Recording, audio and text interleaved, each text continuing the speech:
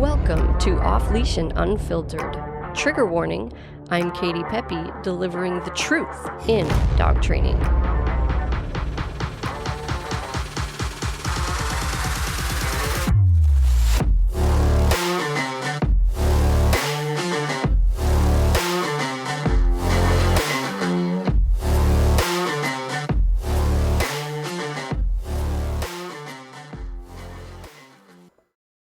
Hey everybody, this is your host, Katie Pepe. Before we jump in, I just wanted to take a quick second and remind you to hit the subscribe button because that helps us so much. We appreciate every subscribe and follow, and we have so much valuable information we want to share with you, so we don't want you to miss an episode. Without further ado, let's jump in. Hey guys, thanks for joining me today. Sorry this episode's posting a few hours late. Just getting back from vacation, and you know how that goes. We went to Kentucky, which everyone's like, why didn't you go to Kentucky? Like, that's weird. But I mean, I'm just generally weird, and so is my husband. So, I mean, I guess that's the short answer. But really, like, everyone on vacation, especially like April vacation with their, school-age kids, like they're all doing the same thing, right? Everyone's getting on a plane and going to Disney World, and that is so lame, so boring, so mainstream.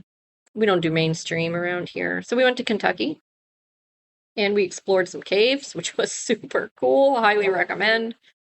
And we paddled the Green River and we pet some kangaroos. Yeah, I know, kangaroos. And it wasn't the experience I expected it to be. And emus too. I thought kangaroos were kind of like nasty, and they're like these big, strong animals that can have an attitude. And that was not our experience at all. These kangaroos, they just laid around in the sun and you'd come over and pet them, and most of them wouldn't even lift their head. Like they didn't even notice you were there. It was really neat. But anyways, enough about my stupid vacation. It was amazing though. But still glad to be back. And today we have an amazing topic that I don't know why I haven't really, I'm sure it's come up from time to time on the other episodes, but I haven't done an episode about this, and it's a really, really common misconception, a really common question. People want to know. Well, if you look at the information out there, it all says the same thing. It all says you should never punish your dog for growling, right? Because growling is their way of communicating to you that they're uncomfortable. It's like, okay, so is biting. What's the difference? And you know what, guys? There's not one. There's not one. So let's talk about, because it's not super black and white, right? A lot of things aren't. This is not. I could say most of the time we punish the growl. Am I going to say all the time? No. So let's just talk a little bit about why it's not black and white and why that is the route that we usually take. So first of all, whenever we talk about an unwanted behavior, right? If you've been listening to me at all, like if you don't know that I am very pro you need to punish unwanted behaviors, then you're obviously new here. Welcome. That is how you inhibit unwanted behaviors. Not to be mean, not to be bossy, militant. It's none of that. Not because the dog is a quote unquote bad dog. It's just science, guys. Like that is how you build an inhibition in the brain. That is how you rewire neurological connections. There has to be something tangible, intolerable, that is connected, that is contingent upon that behavior to make that behavior decrease. That's just how it works. And I know that not from some stupid paper I read or some Google article. We do this every single day. It is probably the thing we help people with the most. Because although we are fantastic too at building behaviors and making them reliable, like the number one thing most people really need help with is this, because they can't get this information anywhere else. And punishment inhibits behaviors. period. I mean, that's literally in behavioral science, the definition of punishment is anything that decreases or eliminates a behavior. So that's not really up for debate. And across the board, okay, what you'll hear us say is doing that as early in the process as possible is almost always your best bet. So whether we're talking about a dog with severe leash reactivity, right? An aggressive dog, a dog that wants to go fight other dogs, attack other dogs, dogs with separation anxiety, anything you can think of, the earlier you can catch it and insert that inhibition, that consequence, the earlier in the process you can do that, the more effective you're generally going to be. Okay? It's true for everything. So when you think about a dog that can become aggressive, that could use their teeth, if they're growling, why would we want to wait until that escalates to something worse to say, hey, don't do that? Okay, and the answer is we wouldn't. We would not want to wait. That's silly. And sometimes even preceding a growl, there will be signs, often, right? So stiffness, real big eyes that are often called like whale eyes, right? A lowering of the head, like if it's a guarding sort of scenario, right? So there's body language stuff that some dogs don't growl at all, but the question we get the most is like punishing the growl. And this was a topic that was recommended to me by a customer. And it's a good one because it is really, really common. But we try to catch things early. And so a dog that's exhibiting any kind of confrontational behavior, and it doesn't matter why they're growling, guys. Okay? But we would want to catch that early. So what? Because you can't have it both ways, right? You're either telling your dog it's okay or it's not okay. And that's true for every single behavior, every moment of the day. Okay, and most behaviors are probably going to be fine, right? Dogs just being dog, going through their day, doing things. But there will be moments throughout the day where they do something we don't like.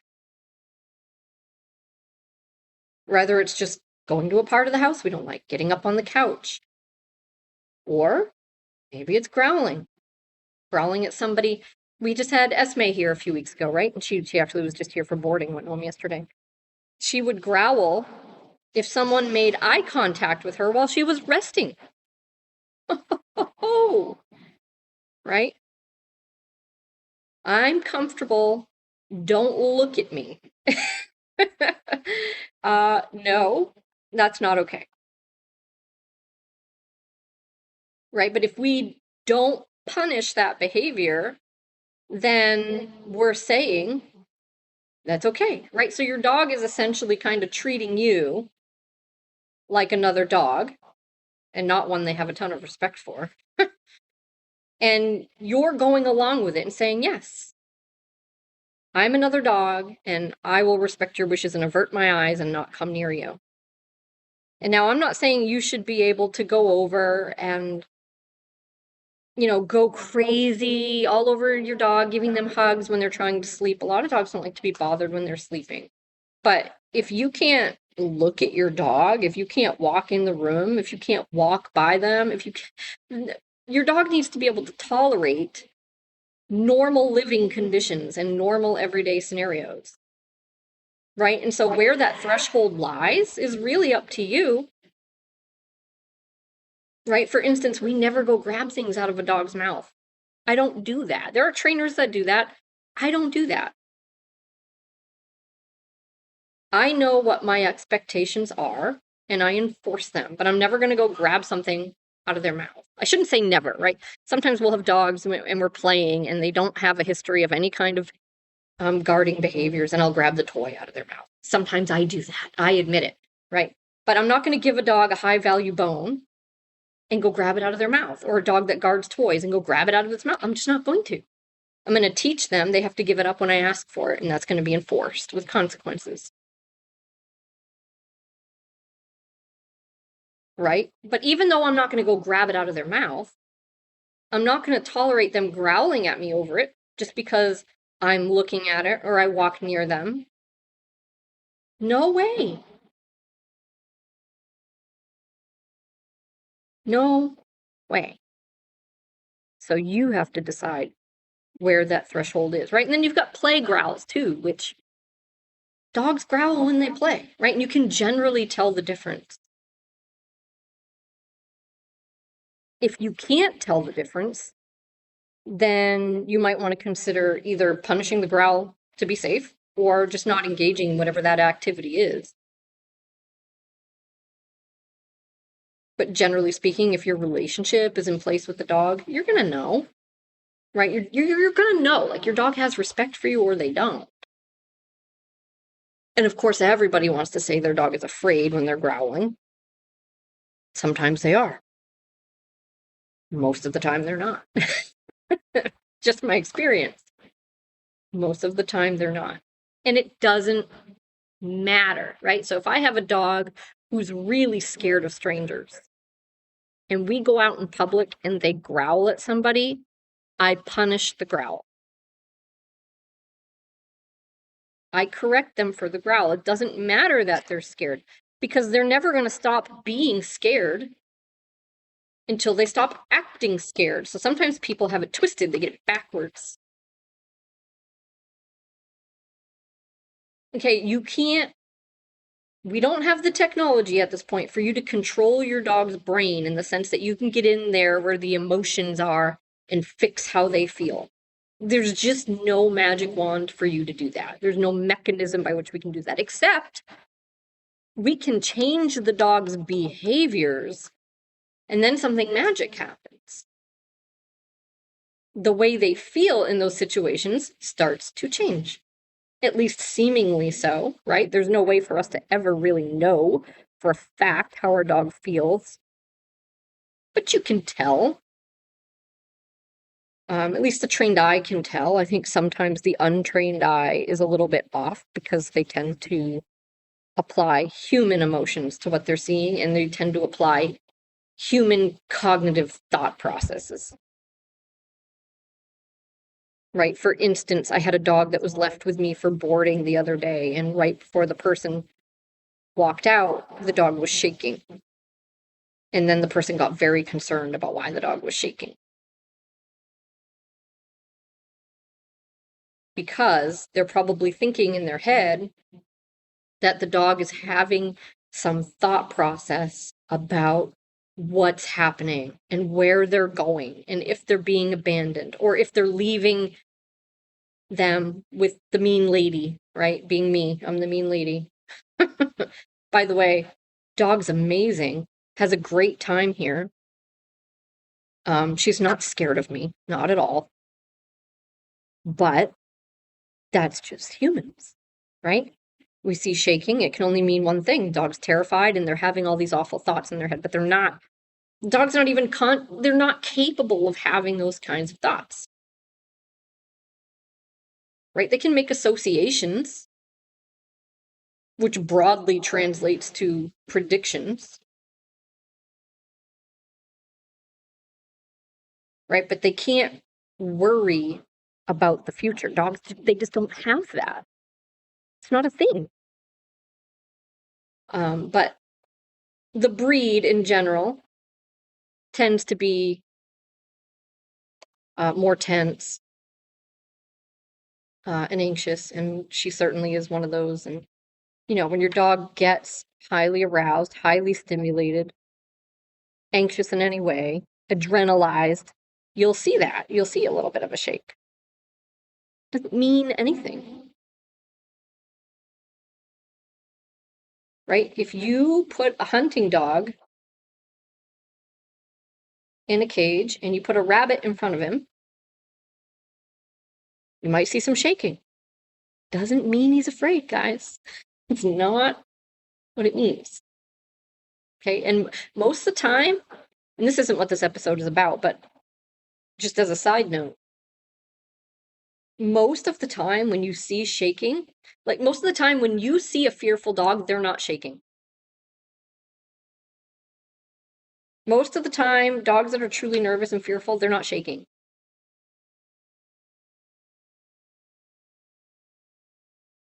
They will cower, they will flee, they will tuck their tail. But shaking actually is not high on the list. Um, we see that more with the dogs that just get highly, highly stimulated.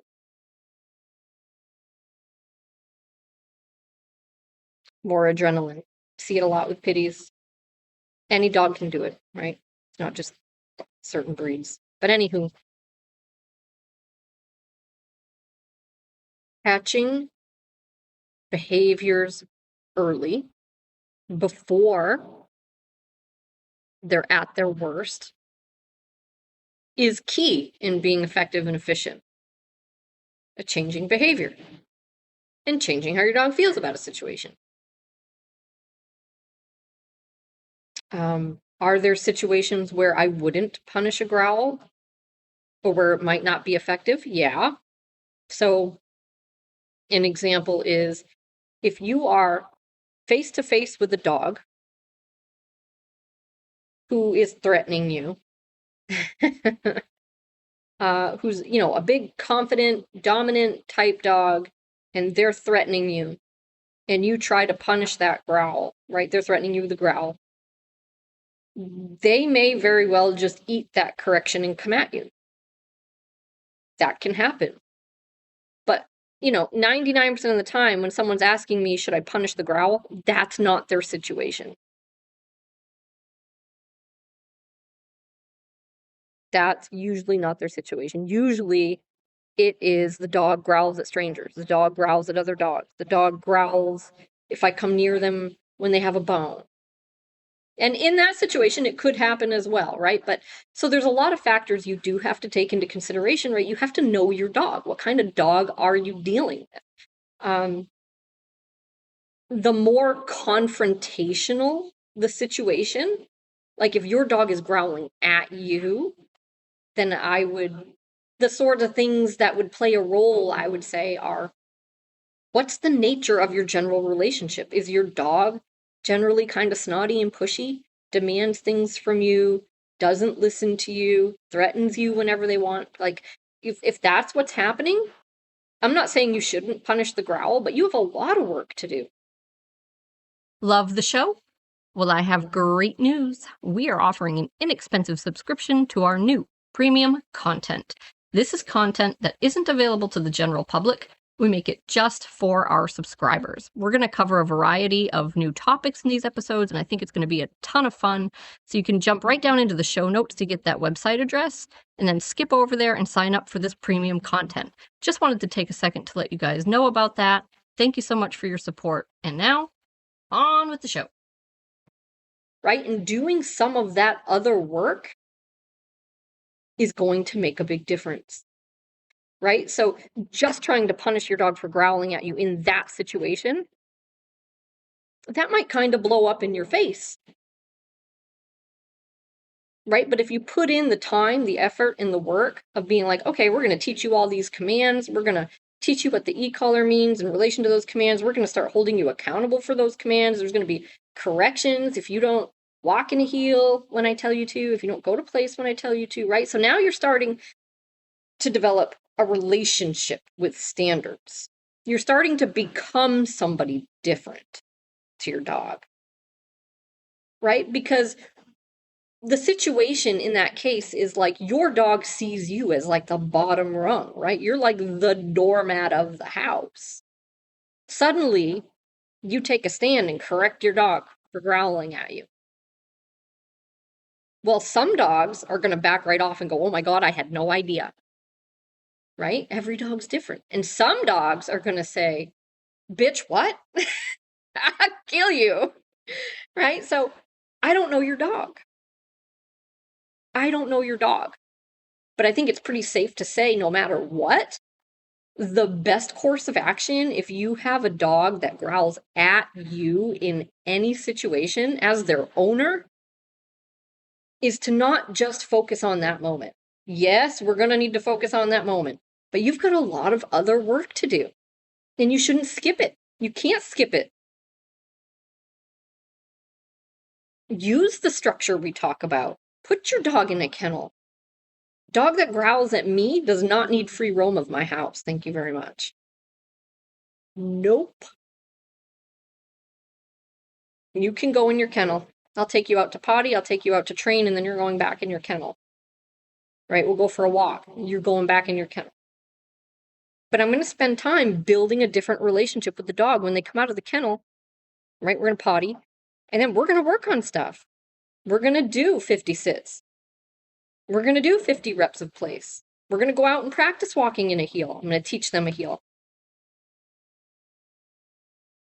So instead of spending the day rolling around on the floor, having a snuggle fest, making out with the dog, playing tug, and then getting growled at all night because they don't want me near their bone or their food, that life is over. We're going to build something new. Right? I'm going to change how my dog sees me because I'm going to change how we interact and how we spend time together and how my dog's day is structured. They don't get to choose things anymore. I choose for them. And our relationship is going to be one of, I am teaching you, I am guiding you, I am setting the boundaries, the rules, the guidelines, all this stuff. Right? Because it's very clear if you have a dog that threatens you as their owner, that relationship is not in place. And there are some dogs that are really, really hard. They're just very, very dominant by nature in most situations. And I'm careful about using that word because the fact is, some dogs can be very dominant in one context and not in another, right? So be careful about saying my dog is an alpha, my dog is dominant. It's like maybe in one situation or with one person and not with another. Right? So again, it's not just like saying you have an aggressive dog, right? It's not black and white. It's not is or isn't. They all have it in there to some degree or other. But some dogs tend more in that direction, obviously. Right? So we get some dogs that are very soft, very sensitive, very respectful. And we get some dogs that just, you can do everything right and they're still just really hard because they will just fight you to be, they will just fight you to do their own thing. And I had one of those dogs, and I've talked about that before. So it makes a difference what kind of dog you have, right? But no matter what, if your dog's growling at you confrontationally, you have a lot of relationship stuff to do. And so I would do that. And then, yes, they growl at me. I will absolutely punish that growl in a safe manner, right? So again, if you have a genuinely dangerous dog, don't put yourself in a situation where they're going to attack you. But that's pretty rare. But there are ways to do it, right? So if we get dogs that are severe resource guarders, we will tether them to a pole, right? And we'll stay far enough away that they can't reach us. Like if they came at us, they're going to hit the end of their leash, right?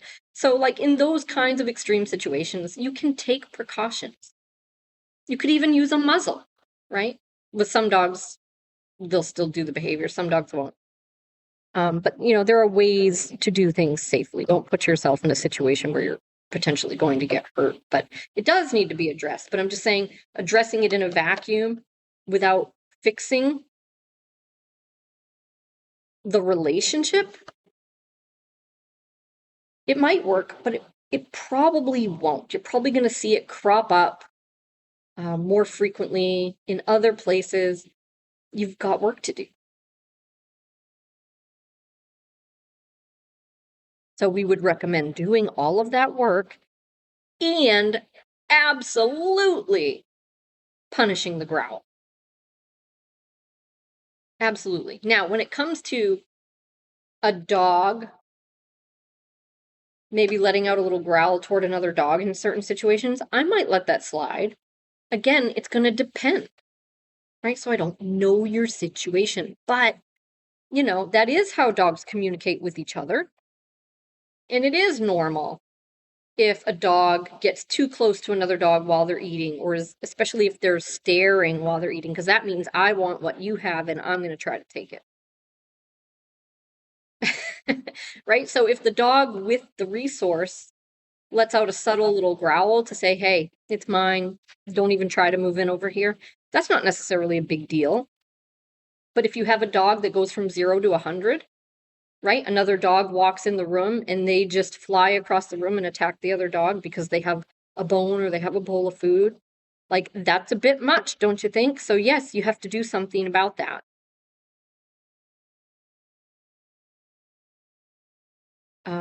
But there's really never a context in which I say you shouldn't punish the growl, or it's bad or terrible to punish the growl. It's just that, depending on the situation, you probably have other work to do and you may need to take safety precautions, right? But again, those are much less common situations.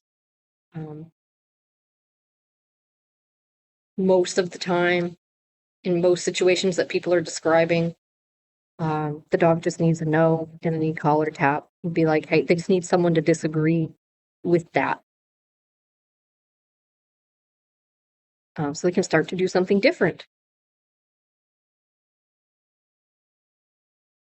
Another common one that I hear a lot is, the dog will lay in their kennel and they'll growl when the cats walk by or things like that. Or one of the other dogs in the house walks by, they'll growl. No, I don't allow that.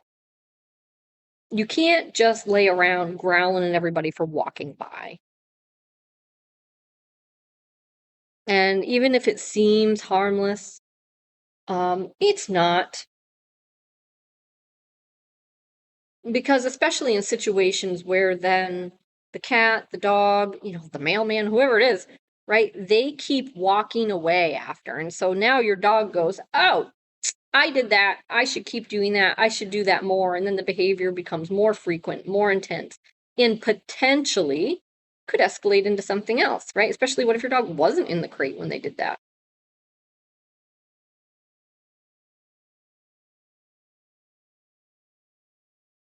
So you got to think about that stuff. It's like, what mindset are we encouraging?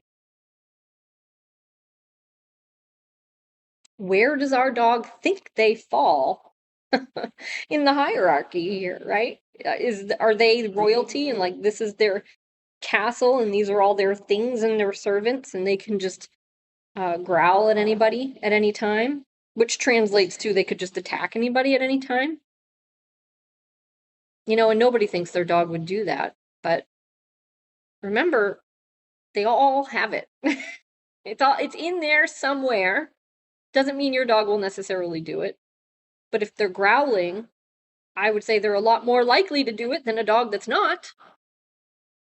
So this hogwash about if you punish the growl, you just suppress it and then they snap, that's a load of baloney. That's just not true. Absolutely not true. Okay? Because you can't get to point B without point A. I'm not saying a dog can't bite without growling. That's not what I'm saying.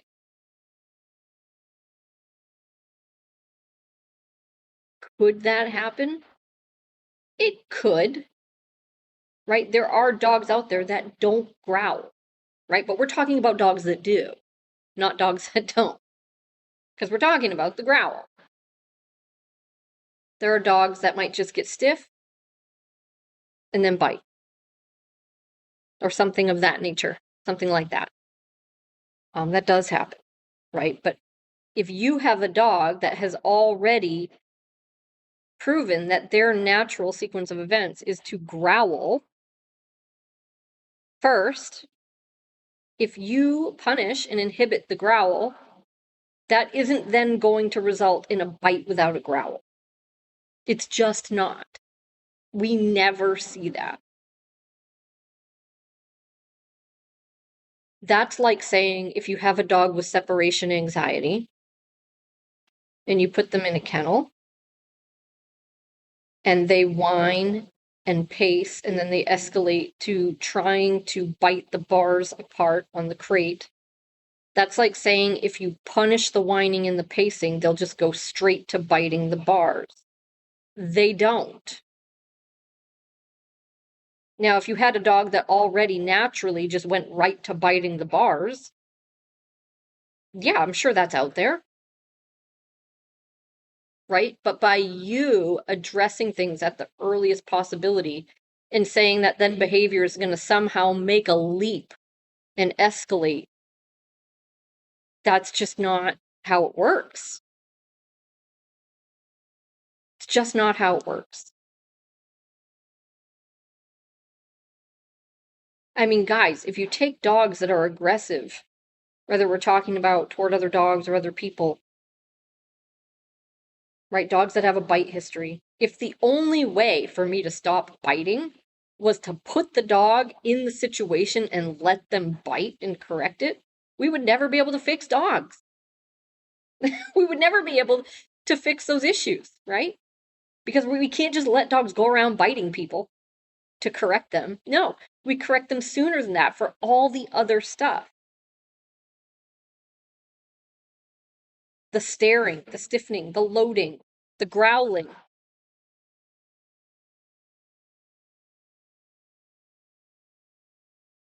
The earlier, the better. It prevents escalation. And I have an episode on suppression. So if you've been hearing a lot of that garbage about how you're just suppressing the growl, go back and listen to the suppression episode. It's a really, really great episode. Right? So suppression of behavior is not a bad thing. It doesn't mean it's bad. It doesn't mean you're doing anything wrong. It doesn't mean it's going to come back. Doesn't mean your dog is going to bottle it up and explode. Does not mean that.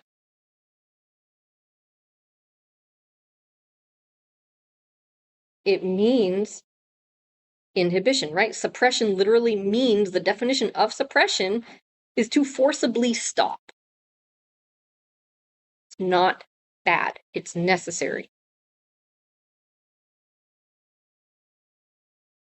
When you correct a growl, right, in most cases, you are disagreeing with that behavior. You're providing a tangible consequence for that neurological connection, for your dog's brain starting to go down that road where they choose that behavior, those types of behaviors. Right? And so then if you do that and you see now your dog is in those situations and they make different choices where they're not growling, they're not staring and loading. That's good. That's not going to result in your dog snapping. It just isn't. Right? So one instance where I could see something like that playing out would be a dog that is really, really intense and really, really struggles with a certain trigger. And even if you fix the growling or the loading or whatever it is at a certain distance, as that trigger closes in and that distance gets smaller, your dog might have a harder and harder time not reverting back to that old behavior. And that's normal. Right? And that just looks different for every dog. So there's no way for me to tell you on this podcast exactly what to do with every dog. They're all different. And if your dog's that challenging or experiencing stuff that's that complicated, like you should probably get some guidance, get some hands-on help with somebody who is experienced, who can give you a plan, like this is what you should do in these situations. But just letting it go, that's not going to be the answer. Not from a good trainer, right? Just put a blindfold on your dog, and some people say that. That's not going to be the answer, right? Just don't go near your dog. Just don't go in the room. Just don't give them bones. Like that's not the answer. None of those things are the answer. There will absolutely be correction for those behaviors. It's just, how do we do it? When do we do it? And what other work do we have to do? And that looks a little bit different for every dog. Hey guys, thanks for joining us today. I really hope you enjoyed the show. If there's a specific topic you'd like to hear discussed, you can send that to me directly via email or fan mail. Just jump down into the show notes. That information will be there for you. I really look forward to hearing from you. Thanks for supporting the show, and I look forward to next time.